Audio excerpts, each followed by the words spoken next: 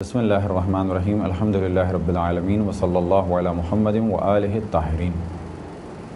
موضوع گفتگو پاک چیز نجس کیسے ہوتی ہے۔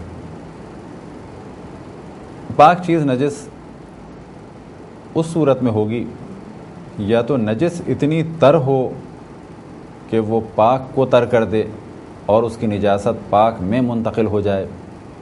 مثال کے طور پہ یہ گیلا ہاتھ نجس تھا اور اس کی تری منتقل ہو جائے سوکھے ہاتھ میں تو یہ بھی نجس ہو جائے گا، یا یہ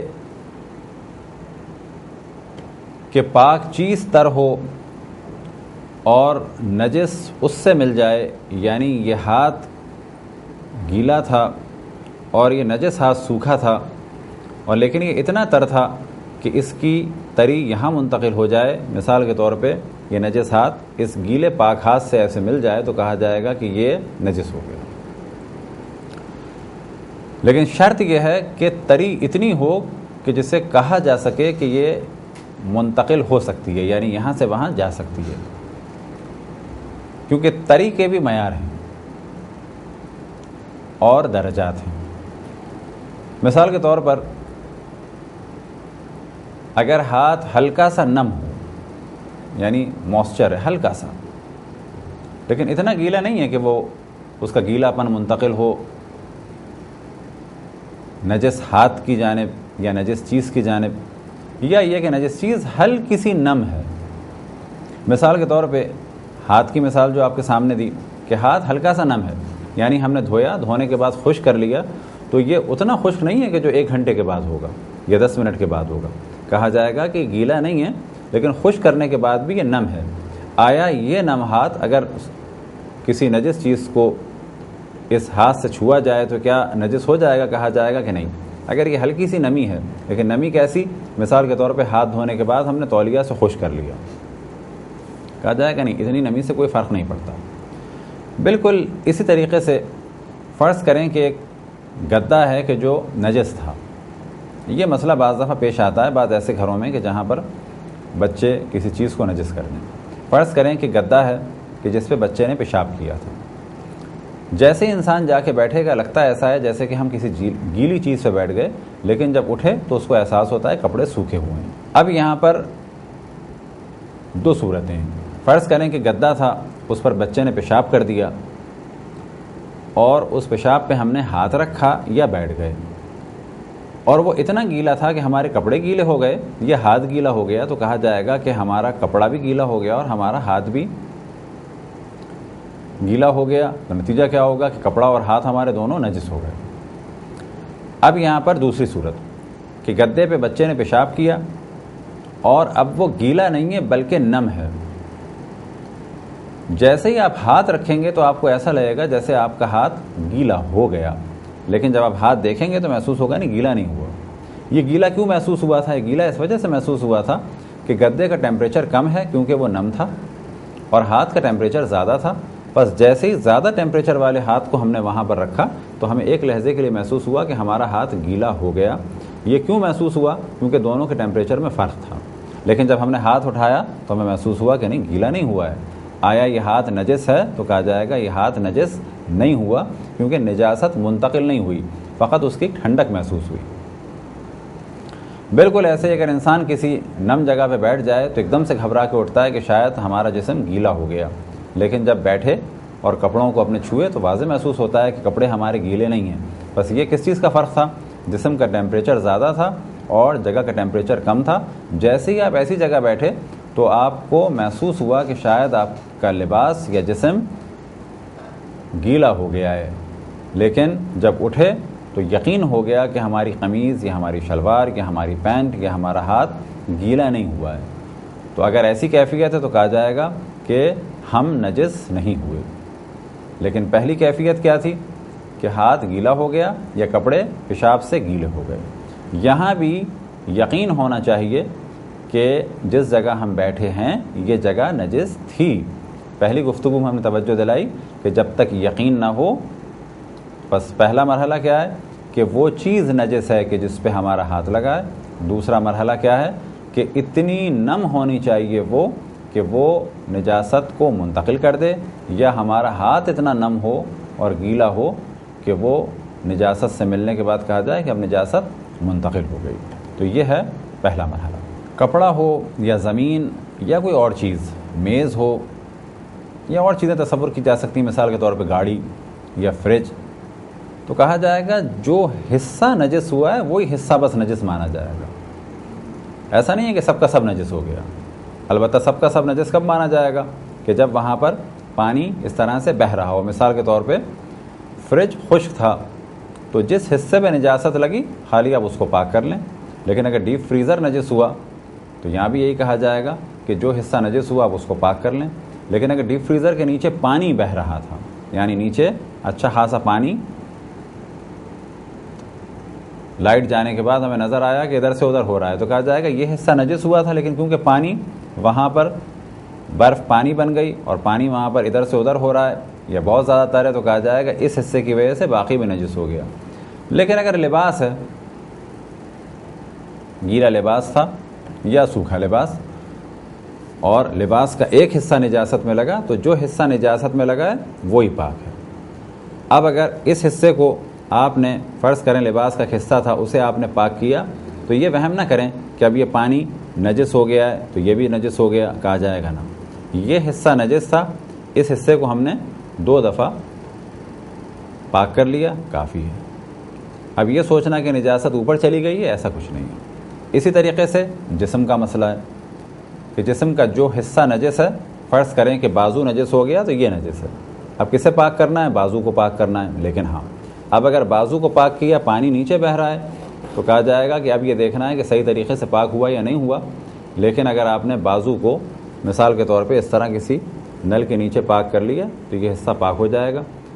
اب یہاں پر ایک سوال یہ پیدا ہوتا ہے کہ کہیں بہت زیادہ گرمی اور پسینہ بہہ رہا ہو، عام حالات میں ہمارے یہ حصہ نجس ہوا تو کیا یہ بھی نجس مانا جائے گا؟ بعد میں نہیں۔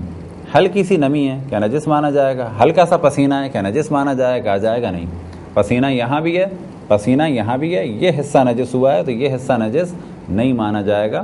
لیکن اگر یہاں اتنا پسینہ ہے کہ جو بہہ کے یہاں آ رہا ہے اور یہاں سے یہاں آیا یا یہاں سے بہہ گیا، تو کہا جائے گا کہ اس پسینے کے بہنے کی وجہ سے یہ حصہ نجس ہو گیا۔ اسی طریقے سے زمین ہے، زمین کو آپ نے دھویا، ایک حصہ نجس ہو گیا تو جو حصہ نجس ہوا ہے فقط وہی نجس ہے۔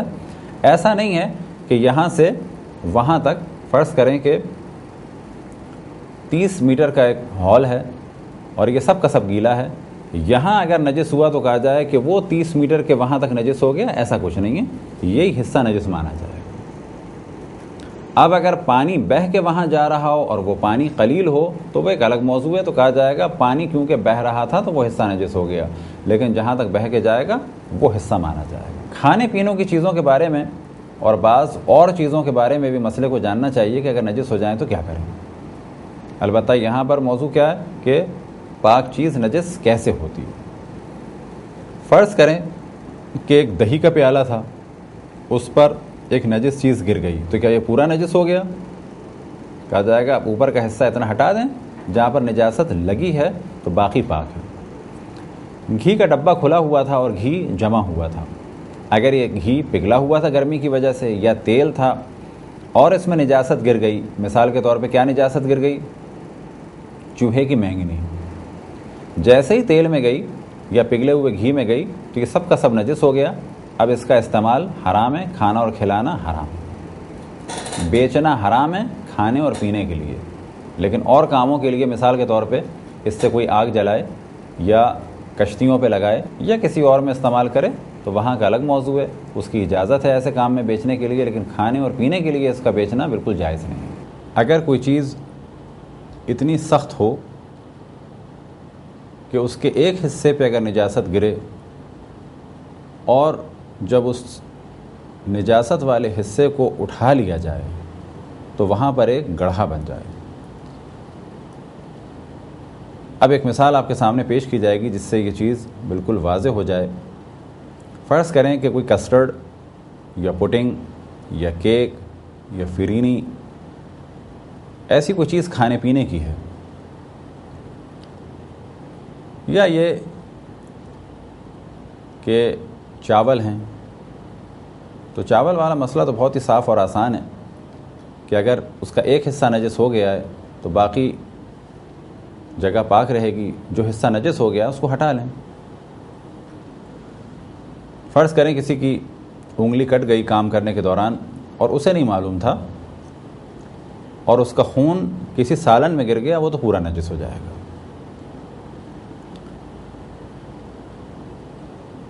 لیکن اسے علم ہوا کہ اس کا خون چاول پہ گر گیا ہے، ایک دم سے اس نے دیکھا کہ سفید چاول تھے، جیسے اس نے ہاتھ لگایا تو لال ہو گئے۔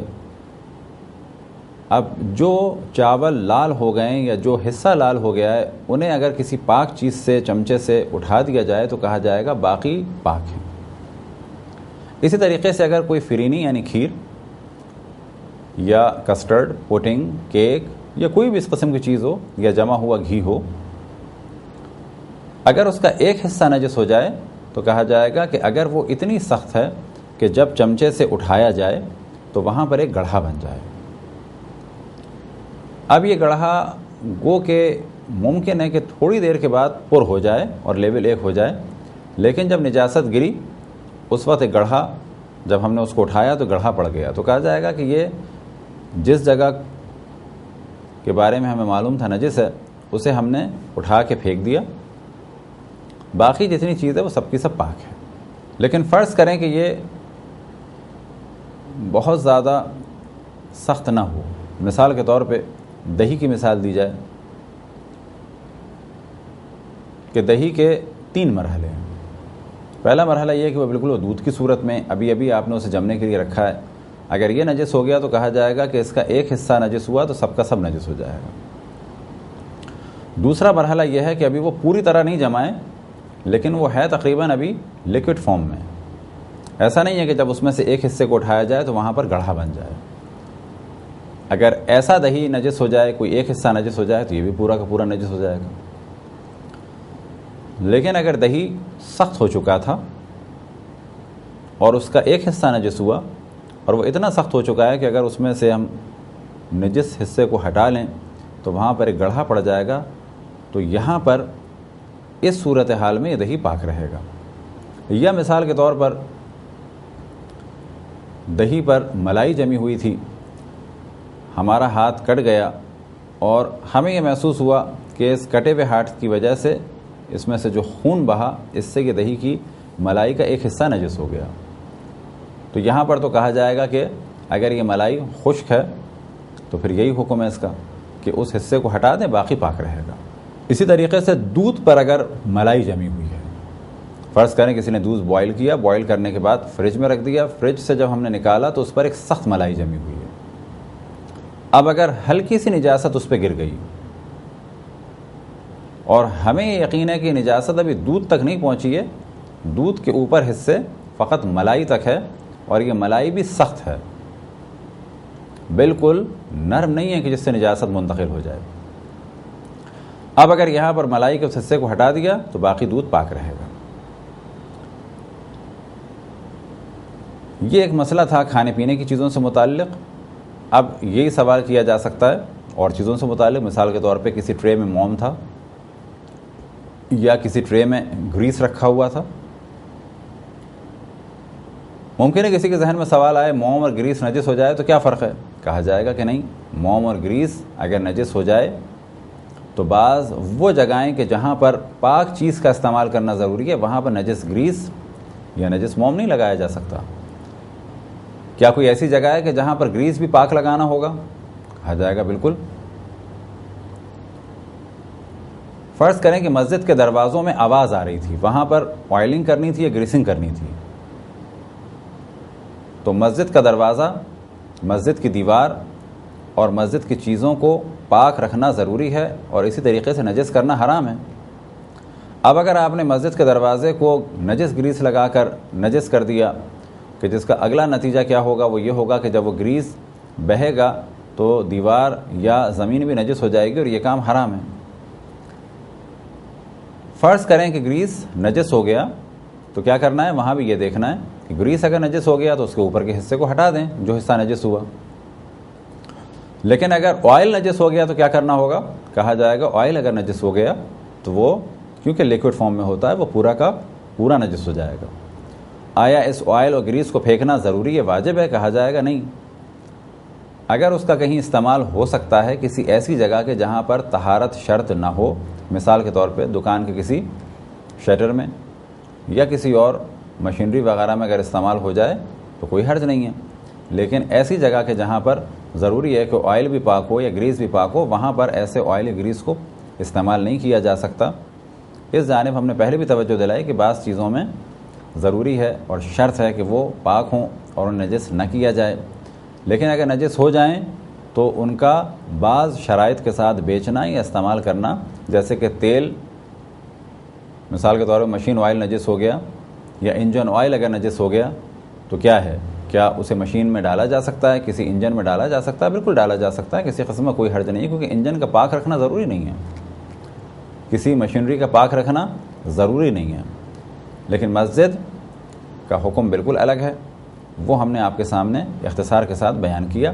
مسجد کے بعض اور دیگر مسائل ہیں جو بعد میں بیان ہوں گے، اس وقت مسجد کے احکام اختصار کے ساتھ بیان ہوئے کہ جتنا ہر مسلمان کو جاننا چاہیے۔ جیسا کہ آپ کے علم میں ہے کہ موضوع گفتگو کیا ہے کہ پاک چیز نجس کیسے ہوتی ہے، تو یہ جاننا ضروری ہے کہ پاک چیز نجس کیسے ہو، تو ساتھ ساتھ خود یہ بھی پتہ چل جائے گا کہ بعض دفعہ چیز نجس نہیں ہوتی لیکن ہم یہ سمجھتے ہیں کہ نجس ہو گئی۔ اگر کوئی مکھی کسی نجاست پر بیٹھے اور اس کے بعد کسی پاک جگہ پر آ جائے تو کیا وہ جگہ نجس ہو جائے گی؟ تو یہاں پر اس کا ایک جواب نہیں ہے۔ یہ کہنا کہ نجس نہیں ہوگی یہ بھی نہیں کہہ سکتے، یہ کہنا کہ وہ نجس ہو جائے گی یہ بھی نہیں کہہ سکتے۔ یہاں پر معیار کیا ہے کہ اگر وہ نجاست ایسی تھی کہ جو منتقل ہو سکتی تھی، کیونکہ نجاستیں بھی مختلف ہیں، ایک موضوع۔ پھر یہ سوال پیدا ہوتا ہے کہ بعض دفعہ مکھیاں بعض جگہ پر بیٹھتی ہیں اور وہ چیز ان کے پاؤں پر لگتی نہیں ہے، یعنی سخت اتنی نہیں ہے کہ جسے ہم سخت کہہ سکیں، پتھر کی طرح یا لکڑی کی طرح، لیکن ان کے ویٹ کے اعتبار سے وہ چیز سخت ہے، لہذا ان کے پاؤں اس میں دھنستے نہیں ہیں۔ بس یہاں پر معیار کیا ہے؟ یہاں پر معیار خود انسان ہے۔ اگر ایک شخص یہ جانتا ہے کہ مکھی کے پاؤں نجاست میں چلے گئے اور نجاست اس پر آ گئی، اور جب مکھی پاک جگہ پر بیٹھی تو وہ نجاست وہاں پر منتقل ہوئی، اگر اسے یقین ہے تو وہ پاک چیز نجس ہو گئی۔ لیکن اگر فقط ہم نے اتنا دیکھا کہ مکھی جا کے نجاست میں بیٹھی اور وہاں سے اڑ کے آئی اور اس پاک ہاتھ پر بیٹھ گئی، لیکن ہمیں یقین نہیں ہے کہ نجاست منتقل ہوئی، یعنی وہاں کی نجاست یہاں تک آ گئی،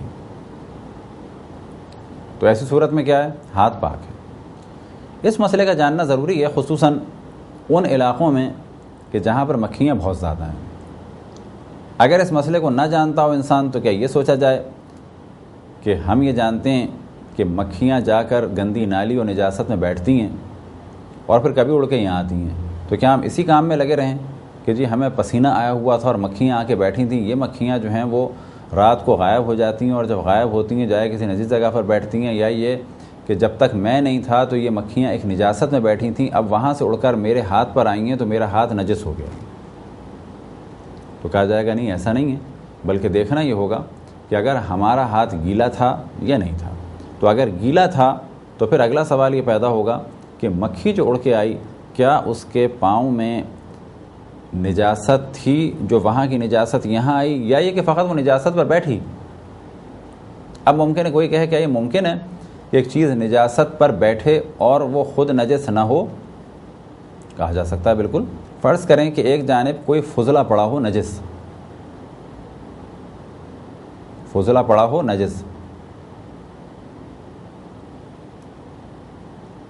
کیا یہ ضروری ہے کہ جو چیز اس سے لگے وہ نجس ہو جائے؟ ممکن ہے کہ وہ چیز اتنی ہلکی ہو، اتنا کم اس کا ویٹ ہو اور اتنے کم پریشر سے جا کے لگے کہ وہ اس سے ٹچ ہو لیکن نجاست منتقل نہ ہو۔ مثال کے طور پہ ایک جگہ انسانی فضلہ یعنی پیخانہ پڑا ہے، ایک کاغذ یا اخبار اس پر سے ہوتا ہوا گیا، تو یہ بھی ممکن ہے کہ وہ نجس ہو جائے، اور یہ بھی ممکن ہے کہ وہ نجس نہ ہو، اتنے کم پریشر کے ساتھ اس پر سے ہوتا ہوا جائے کہ کہا جائے نجس نہ ہو۔ لہذا مکھی کا ویٹ نہیں ہے۔ ویٹ نہیں ہے سے کیا مراد؟ لیبارٹری میں جا کے ٹیسٹ کرنے کی بات نہیں ہو رہی، کیونکہ اس کا ویٹ کچھ نہ کچھ تو ہے، یعنی اتنا ویٹ نہیں ہے کہ وہ ہر نجاست کو پریس کر سکے یا ہر نجاست اس میں منتقل ہو جائے۔ یہی وجہ ہے کہ بعض دفعہ مکھیاں اگر پانی پہ بیٹھنے کی کوشش کرتی ہیں تو وہ اس میں ڈوب جاتی ہیں، دودھ پہ بیٹھنے کی کوشش کرتی ہیں تو اس میں گر جاتی ہیں۔ یہ جو آپ عام طور پہ دیکھتے ہیں مکھیاں دودھ یا پانی میں گر گئیں، وجہ کیا ہے کہ وہ دودھ پہ بیٹھنے کی کوشش کر رہی ہوتی ہیں۔ لہٰذا اگر مکھیوں پر دقت کی جائے تو یہ بات بہت سادی اور آسان سی ہے، اور اس کے بارے میں بہت آرام سے سمجھا جا سکتا ہے کہ اس کے پاؤں میں نجاست تھی یا نہیں۔ تو اب تک تو ہماری گفتگو تھی کسی سخت چیز پر مکھی کا بیٹھنا، البتہ سخت چیز اتنی سخت کہ جتنا مکھی کا ویٹ ہے یا جتنا اس میں پریشر کے ساتھ وہ بیٹھتی ہے، لیکن وہ اتنی سخت ہے کہ مکھی کے پاؤں میں وہ نجاست نہیں لگتی۔ اب اگر مکھی کسی نجس ایسی چیز پر بیٹھی کہ جہاں سے وہ پرواز بھی کر سکتی ہے اور بہت زیادہ نرم چیز ہے، مثال کے طور پر لیکوڈ ہے کوئی جیسے کہ پانی، ایک نجس پانی پر یا پیشاب پر مکھی بیٹھی اور وہاں سے اڑ کر ہمارے جسم پر آ گئی، آیا جیسے ہی وہ مکھی ہمارے جسم پر بیٹھے تو یہ کہا جائے گا کہ جسم ہمارا نجس ہو گیا؟ اب جس شخص کی مکھی بیٹھی وہ خود یہ سوچے گا اور اسی پر دار و مدار ہے اس کے ہاتھ یا اس سے متعلق چیز کی نجاست کا۔ مثال کے طور پہ میرے ہاتھ پر ایک مکھی آ کے بیٹھی تو یہ مجھے سوچنا ہے کہ واقعاً مکھی نجاست پر بیٹھ کر میرے ہاتھ پر آئی تو کیا نجاست لے کر آئی اور مکھی کی نجاست منتقل ہو گئی میرے ہاتھ پر اور میرا ہاتھ نجس ہو گیا؟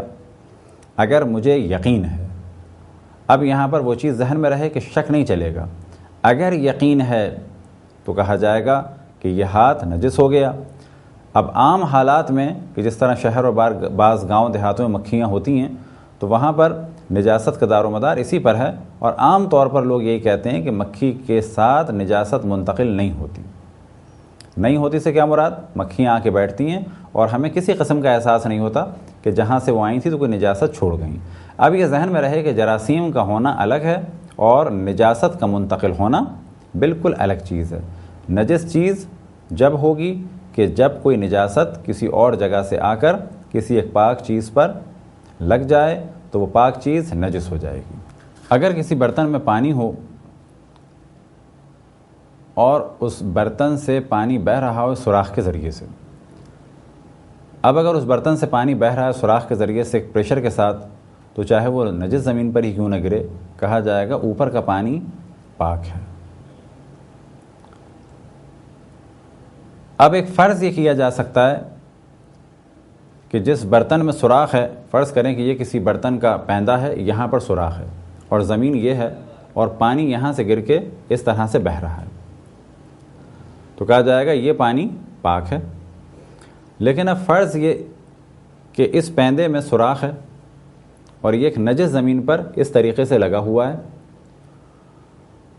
اور پانی کسی پریشر سے نہیں جا رہا، اگر یہ کہا جائے کہ نجس زمین سے یہ سوراخ اس طریقے سے مل گیا ہے کہ یہ پانی اور نیچے کا پانی ایک مانا جائے گا، تو پھر یہ اوپر کا پانی بھی نجس ہوگا، لیکن اگر پریشر کے ساتھ جا رہا ہے تو نجس نہیں ہوگا۔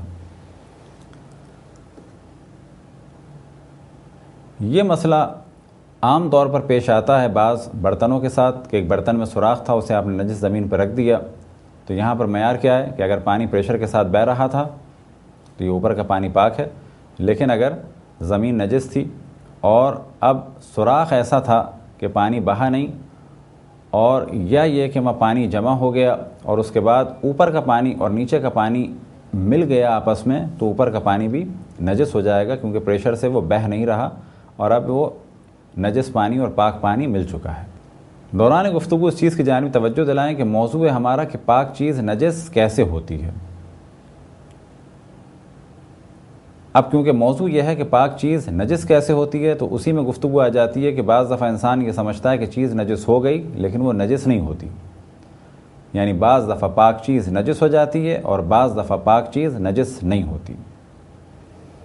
اس موضوع کی ضرورت کیوں پیش آتی ہے؟ تاکہ افراد یا عام مومنین شک میں نہ پڑیں، کیونکہ شک کی وجہ سے ان کی عبادت مشکل ہو جاتی ہے اور ہر چیز کو وہ نجس سمجھتے ہیں۔ اب جو مسئلہ بیان ہوگا وہ یہ کہ اگر جسم میں کوئی چیز داخل کی جائے، جسم میں کوئی چیز داخل کرنے سے کیا مراد؟ فرض کریں کسی نے اپنے جسم میں سوئی داخل کی، یا بالفاظ دیگر اس کے جسم میں انجیکشن کو داخل کیا گیا۔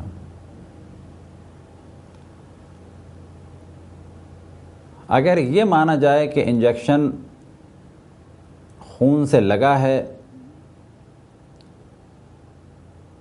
تو بھی جو اکثر مراجع کا فتویٰ ہے وہ یہ کہ جب یہ باہر نکلے تو دیکھنا یہ ہے کہ کیا اس سوئی پر خون ہے۔